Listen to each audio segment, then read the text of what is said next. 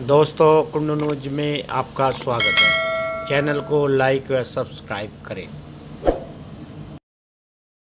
किसी करिश्मा से चमत्कार से कोई कम बात नहीं है कि हमारे यहाँ गांव के 15 बच्चे विश्व पटल पे ये उपलब्धियां हासिल कर रहे हैं और हम सबकी नैतिक जिम्मेदारी बनती है कि इसको और बढ़ाएं। खेल का विस्तार होना चाहिए, गांव में भी सुविधाएं खिलाड़ियों के लिए विकसित होनी चाहिए।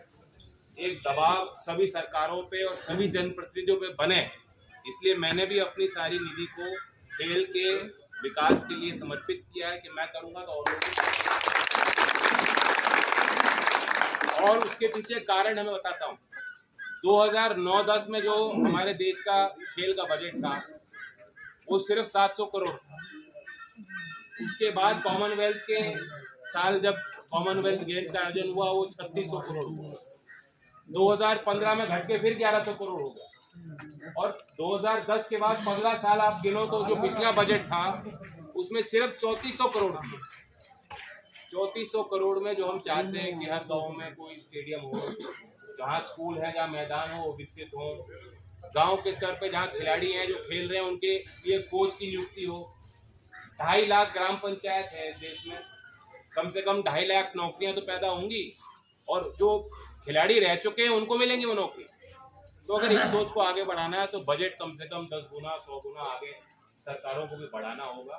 धन्यवाद देता हूँ, ये बहुत हिम्मत का काम है जो प्रदीप जी ने हमें जानकारी दी, उनके साथ बैठ के बात की, विकास जी ने बताया। वाकई ये हम सब के लिए एक प्रेरणादायक कहानी है, सब लोग इससे सीख सकते हैं। कितनी पॉजिटिव सोच है इनकी, हार कभी इन्होंने मानी नहीं, कभी कोई कठिनाइयाँ भी आई होंगी इनके, सबके जीवन में आती हैं, उतार चढ़ाव हमेशा जीवन के का एक पक्ष है, दुख है। वो हमारे बस में कई चीज़ें नहीं होती जो हमारे साथ बीत जाती हैं, लेकिन हमें हारना नहीं चाहिए और हिम्मत के साथ इन्होंने 20 साल की अपनी यात्रा तय की है। पूरे देश की शुभकामनाएं हैं, पूरे क्षेत्र की आशीर्वाद इनके साथ जुड़ा हुआ है। हम चाहते हैं कि ऐसी प्रतिभाएं हमारे क्षेत्र से और विकसित हो।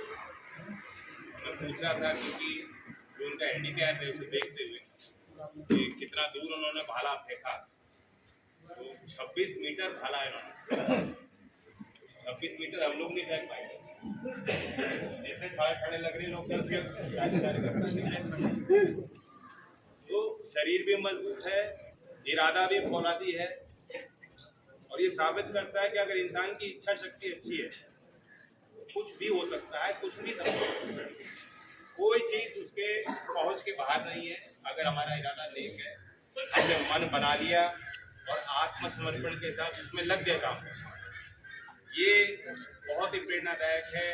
एक आदर्श के तौर पर प्रदीप को मैं समझता हूँ, मैं चाहता हूँ कि क्षेत्र के नौजवान भी इनको देखें तो उनको एक आदर्श उनके सामने, उनके दिल और दिमाग में वो बात बैठे कि अगर प्रदीप जी कर सकते हैं तो हम भी कर सकते हैं। मैं धन्यवाद देता हूँ गांव के सभी लोगों को। आज मैं बागपत में भी जो एशियाड में और पैरा के और खिलाड़ी हैं सभी से मिलने जाऊँगा, उनके परिवारजनों से मिलने जाऊँगा और उसके पीछे एक सोच और एक कारण है, वो ये है कि अगर हम लोग जो मुख्यधारा में जो समाज है, हम लोग ये तय नहीं करेंगे कि हमारे बीच के कौन अच्छे लोग हैं और उनको बढ़ाने का काम नहीं करेंगे।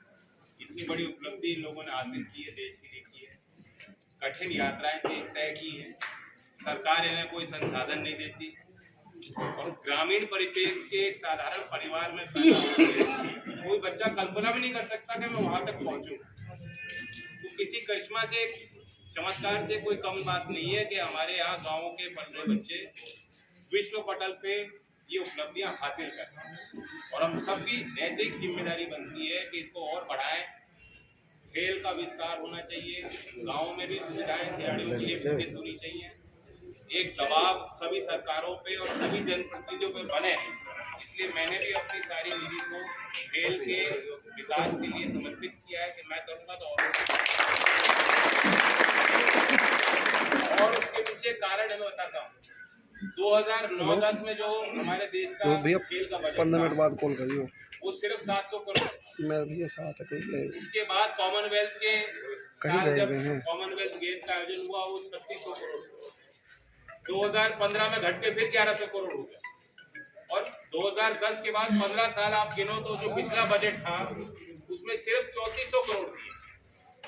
3400 करोड़ में जो हम चाहते हैं कि हर गाँव में कोई स्टेडियम हो, जहाँ स्कूल है, जहाँ मैदान हो विकसित हो, गांव के स्तर पे जहाँ खिलाड़ी हैं जो खेल रहे हैं उनके लिए कोच की नियुक्ति हो। 2.5 लाख ग्राम पंचायत है देश में, कम से कम 2.5 लाख नौकरियां तो पैदा होंगी, और जो खिलाड़ी रह चुके हैं उनको मिलेंगी वो नौकरी। तो अगर इस सोच को आगे बढ़ाना है तो बजट कम से कम 10 गुना 100 गुना आगे सरकारों को भी बढ़ाना होगा। मेरे तो महज 6 करोड़ हर साल मुझे मिलते हैं, 6 करोड़ में लगाऊंगा। मैं उम्मीद करता हूँ कि आप लोग भी सहयोग करते रहो। प्रदीप जी पे हम सबकी नजर रहेगी। मैं देखता रहूंगा इनके करियर पाथ को। 30 मीटर का वर्ल्ड रिकॉर्ड है और हमें हार नहीं माननी है। प्रदीप जी तैयार है, आपके आशीर्वाद से हम उम्मीद करते हैं कि 30 मीटर को भी वो पार करेंगे।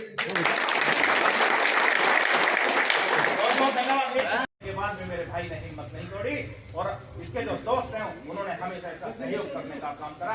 और वर्ष 2014 में मेरे भाई ने फैसला किया कि मैं देश के लिए लड़ने का काम करूंगा और मेडल लाने का काम करूंगा। और तब से इसकी हिम्मत ऐसी रही कि इसके परिवार वालों ने, इसके दोस्तों ने, एक किसान परिवार का बेटा है, बहुत थोड़ी सी जमीन है, अन्य कोई आय का स्रोत नहीं है, लेकिन उसके बाद भी इन्हें लड़ने का फैसला किया। 2014 से कभी फरीदाबाद, कभी बालेनी, कभी मोदीनगर, इन्होंने जो है जेवलिन का अपना अभ्यास करने का शुरू करा। और ये स्थिति रही कि मेडल जीतते चले गए और आगे बढ़ते चले गए। लोगों ने हाथ पकड़ लिया, लोगों ने सहयोग किया। और मैं सबसे ज्यादा बधाई देना चाहता हूँ कि इनकी माता जी को। आप सब जानते होंगे जब पैरों का नीचा हिस्सा काम करना बंद कर देता तो आदमी को पता नहीं होता कब बाथरूम जा रहा है, कब कहाँ क्या कर रहा, क्या नहीं कर रहा। लेकिन इनकी माता जी ने कभी संकोच नहीं करा और अपने बेटे की सेवा करने का काम करा। इनके पिता ने कभी संकोच नहीं करा। इनका भाई एक सीआरपीएफ में है, अध्यक्ष जी, तो लड़का सीआरपीएफ में है। उसने उसी दिन से फैसला कर लिया कि जितनी मेरी सैलरी होगी